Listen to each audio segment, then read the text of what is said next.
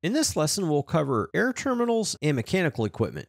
So when you start to lay out your mechanical system, in this case an HVAC system, you'll first want to check or verify your mechanical system settings. Once you have those settings verified or modified to your given project or company standard, you'll next want to start laying out your components for your system.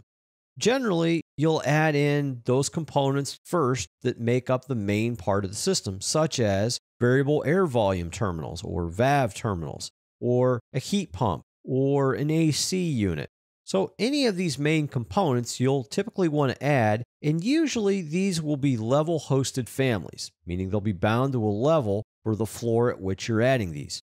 Being that they're bound to that level, you'll want to also assign an offset value so they sit at a specific height above that level. For example, if we were talking millimeters, maybe about 2,800 millimeters above the level it's associated to. Inches and feet, it would be about 9 feet. And that's kind of what we see in our example here on our screen. We have an air handling unit in yellow, and then we have our main trunk in blue of our ductwork for our HVAC system. And then at the ends of each duct run, you actually have an air terminal or diffuser. For this lesson here, we're going to strictly stick to air terminals and mechanical equipment. Let's look at placing those elements, and we'll start with the mechanical equipment first. To do that, let's go to the Systems tab on your ribbon, and then in the mechanical area, select the Mechanical Equipment button. This will then display in the Properties area all of the mechanical equipment components that are currently loaded within your Revit system. Now, the one we're going to use in this example will be the horizontal high efficiency 7 to 18 kilowatt left return right discharge heat pump. And we'll choose the 11 kilowatt model. Now, when you do that, it's going to ask you to place this on your screen, and you move your mouse around, you'll see it within the crop window. Now, keep in mind, this view we're looking at is cropped on the right, the left, the top, and the bottom. So you'll want to move inside of the walled area to actually see this. Now, don't click yet because there's a few things that I want to point out. One is in the properties box, the constraint level. I see it's bound to level 1, which means it's hosted to level 1.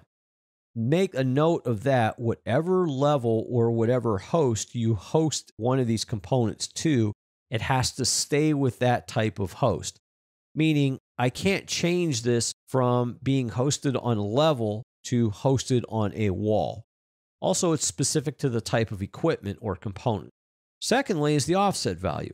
Right now it's 0, which means if I place this, it's going to sit right at 0 elevation on level 1. I typically don't want that. So what I want to do is place it at a specific height above that level, in this case, level 1. So if I'm using millimeters, about 2,800 millimeters. If I'm using feet, about 9 feet. And then click Apply. That'll make sure that the unit now is at that height above level 1. The last thing I want to point out is if you want to rotate this, you can always use your rotate tool in the modify area of the ribbon after the fact, or you can check mark or check the box on the options bar to rotate after placement. That means when you click, you place the element, then Revit will ask you to rotate it. So let's go ahead and place this. And I'm just going to choose an area over here to the left. Doesn't matter where for this example. Just go ahead and click. That'll place the unit. Now, as the unit is placed, since the check mark or rotate is selected, it's going to now ask me to rotate this. And just simply move your mouse 90 degrees one way or the other, and it actually rotates the air handling unit. To quit the actual command, click Modify in the upper left. Now, the orientation should be similar to what you see on my screen, with a small portion or a small protrusion on the bottom of the air handling unit. If you click the unit, you see actual attachment areas where I can link in various other elements, such as my ductwork, plumbing work, and I can see that by symbols and the icons called out around this actual unit. Just go ahead and click off the unit so it's de-emphasized. Now, the second thing we want to place is one of our diffusers. We can either place a supply line or a return line diffuser. And you could do the same thing. We could go to the Systems tab on the ribbon. I can click Air Terminal, And then in the drop down in the properties box, I'll actually see the air terminals that I could use to place. Now, the one I want to place in this example is going to be the M Supply Diffuser sidewall. It's a 450 by 200. So I can go ahead and click it and then move my mouse out to my window or out to my screen. And I'm going to go ahead and place this actual diffuser somewhere below in my model, the actual first unit that I placed, and then simply click. Now, I chose not to rotate this one, and therefore it didn't ask me to rotate it after I placed it. I can continue to place additional diffusers if I want to, but if I'm done, just click Modify. One thing to note, you may be wondering, well, why are certain units yellow? Why are certain units blue or maybe a magenta color or green? Well, that has to do with the visibility graphics filter specific to this view. To see that, make sure you're not clicked on anything and the property box on the left reads Floor Plan. Then go down and click Edit to the right of Visibility Graphics. On the Visibility Graphics window, go all the way to the right to the Filter tab. Here's where I can look at the filters, how I currently have them set for mechanical supply, mechanical return, and then back on model category, I have an override applied in yellow for mechanical equipment. Go ahead and click Cancel. So that's what's dictating the colors for what I see in my HVAC system in this model.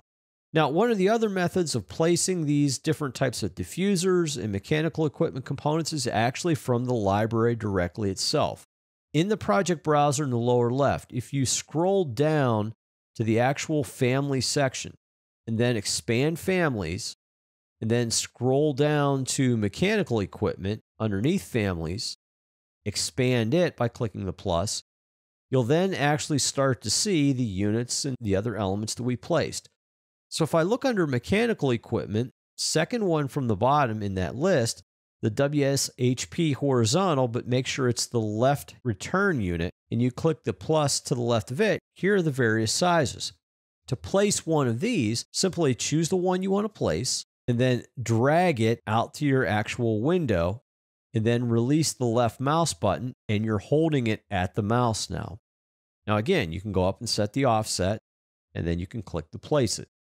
This one I'm not going to place, so I'm just going to click Modify in the upper left to exit the command. So in this lesson, we looked at placing air terminals and mechanical equipment. We talked about placing your main system components first, your mechanical equipment, your VAV terminals, AC units, your HP units.